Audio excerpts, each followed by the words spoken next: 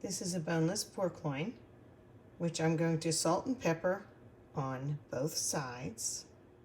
My top oven is heating to 375, and in the meantime I have my cast iron skillet, and it's getting pretty hot.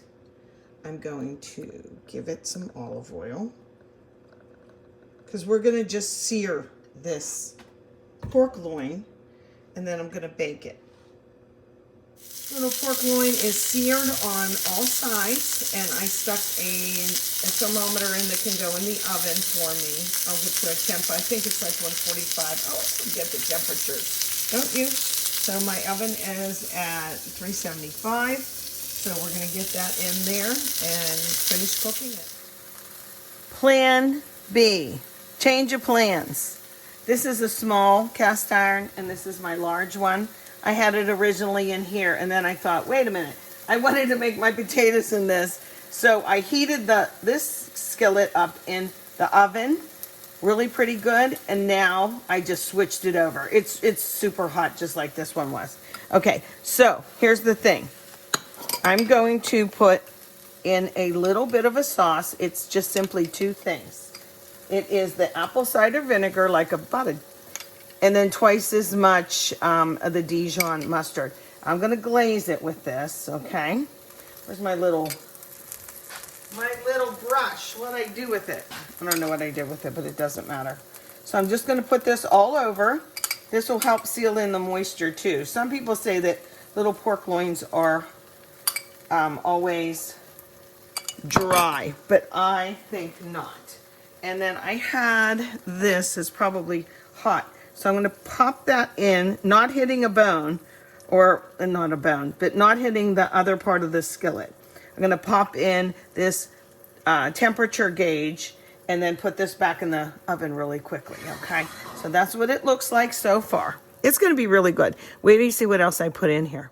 I just used some Walmart apple cider vinegar and twice as much of the whole grain mustard. This is the Aldi brand. They are a German company, and they make really good mustards and sauces and chocolates. And then today on our little menu, I took a can of beans, and you've seen me do this quick little video. These are the best beans, trust me. Don't get the ones like with hickory and all that jazz if you're gonna do this, just the plain ones. Just the beans in their sauce. I chopped up a big onion, and I put in some ketchup, some brown sugar, and some yellow mustard. I'm going to get those in the microwave. You could put them in the oven if you'd like. You can add a little bacon, which I usually have done in the past, but I didn't this time. But trust me, they're going to be really good. Okie doke. Next up, I cut my potatoes like this. I'm going to slice them down. I'm not going to use my food processor. I have too much of a mess in my kitchen right now from late last night. But anyway, that is bacon grease left over. There's not much of it, but that's what I'm going to use to fry these potatoes. I cut up the other half of the onion. We'll slice them down. We'll get them in that cast iron and have fried potatoes. It's been about 15 minutes, and I'm going to just recheck with this one. Oh, yeah. Okay. You saw the amount of potatoes I cut up? Makes a whole big skillet full. Plenty to have another day with some scrambled eggs and peppers. Just a little tip here. You see how I cut the potatoes and some of them want to stay together like that? You have to break them up. Make them all in one layer if you can. So I go like this, and I realized I didn't give that little tip. So we're going to do that, okay? Make sure they're all in one layer, pretty much. Now, if you have a lid that fits this size, I turned down the heat now that I got them going, and I'll put a lid on it so they cook inside. These are raw potatoes, and then we'll worry about browning them up in a little bit, but one single layer if you can. And potatoes love salt. That's their best friend. Ask them who their best friend is, and they'll tell you salt. I cut up one apple and sprinkled some light brown sugar on, and we're gonna add it right into that hot skillet with our little pork loin. Okay, let's see how we did. This is really hot. Temperature is actually over a little bit. Let me get a fork.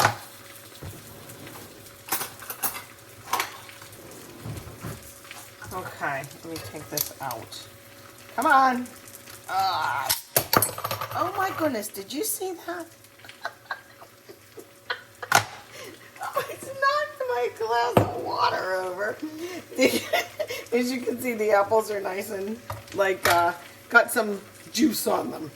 And I'm gonna do this so you can cut it that way, I guess. Okay, stir these around. It's kind of like a little sweet, a little not sweet, you know, from the mustard and vinegar. And I'm gonna put this back in the oven in a second. But let's cut this up.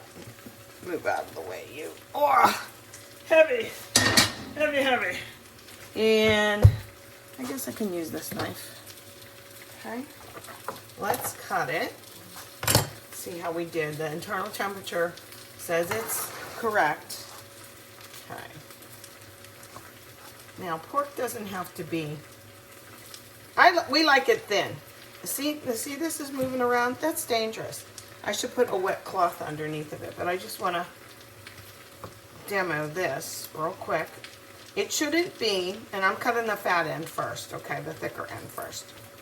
It should still be juicy, and it might look a little under to some people, but as long as you're reading your thermometer, it is not under. It's actually perfect. Let me turn off this light. Sometimes it makes a difference.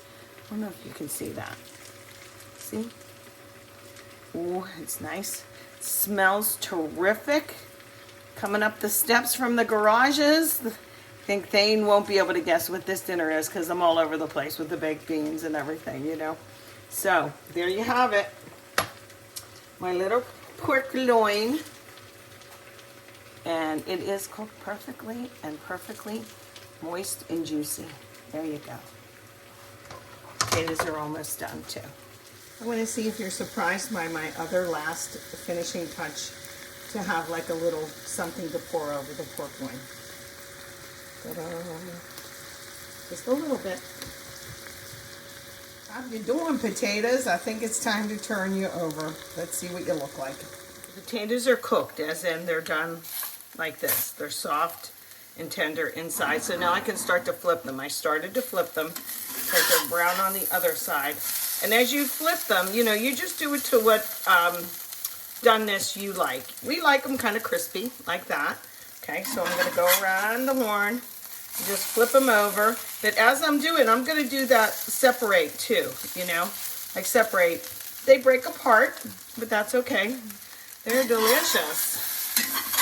Okay, I'm going to just make sure nobody's sticking on the bottom and separate them. Okay, almost done. Then you salt and pepper to taste. I did put a little salt on while they were cooking. I'm going to turn these down and just watch the brownness level, but they're just about done. Oh, and look over here. I just realized you can see this. This is my pork loin that I wrapped up, and I put that sauce. It's really hot, actually. It's still really hot, but I didn't want it to cook anymore. I just wanted to kind of rest.